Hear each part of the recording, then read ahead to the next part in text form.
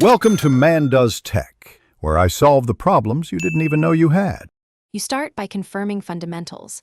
Look at the router and modem lights, power, internet, and Ethernet so you know hardware is alive. Next, on your device, make sure airplane mode is off and Wi-Fi is enabled. This avoids simple software blocks.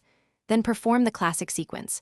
Power off modem, wait 60 seconds, power it on, then router, and finally your device. Once done, this clears many temporary network states and often restores connectivity quickly. If restarting didn't help, dig into settings.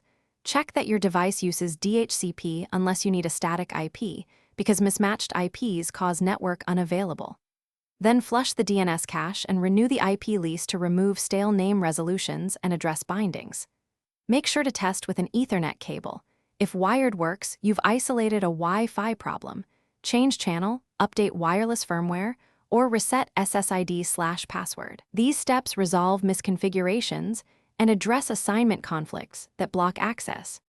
Finally, verify with your ISP for outages or account issues, because sometimes the problem lies upstream.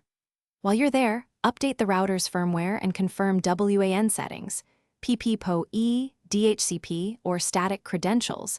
Match what the provider requires. If firmware and settings are correct and you still see network unavailable, perform a factory reset on the router as a last resort, then reconfigure. If problems persist, contact ISP support with error logs and device model. That one troubleshooting tip often speeds resolution. Thanks for watching. If you found this helpful, don't forget to like and subscribe.